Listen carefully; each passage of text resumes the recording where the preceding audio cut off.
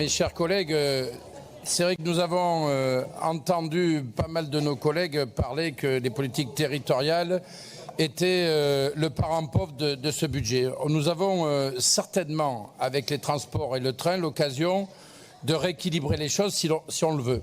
Le président de la République a imaginé qu'on pouvait encore plus métropoliser en créant des RER supplémentaires, en dépassant le ABCDE. Nous avons ici voté le RER métropolitain. Je pense que pour les Limousins notamment, pour une partie de l'Occitanie aussi, le RER, c'est le POLT.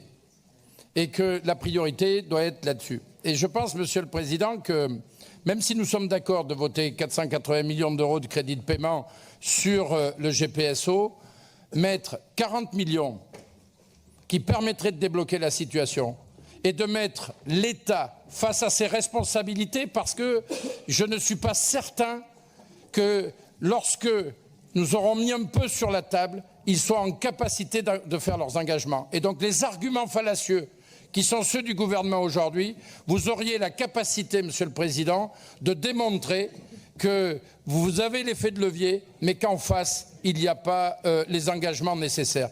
Donc je pense qu'aujourd'hui, vous avez raison politiquement, parce que nous nous battons pour que les compétences des uns des autres soient respectées, mais que vous avez tort politiquement et qu'on a l'occasion de renverser la table. Et nous espérons que le coût de l'aménagement du territoire qui va disparaître derrière cette non-décision ne sera pas plus important que ces 40 petits millions. Donc c'est un appel à ce qu'on ne change pas de ligne quant aux responsabilités du gouvernement, mais quant à ce que nous puissions faire la démonstration qu'on puisse être solidaire et voir si le gouvernement est à la hauteur de nos espérances.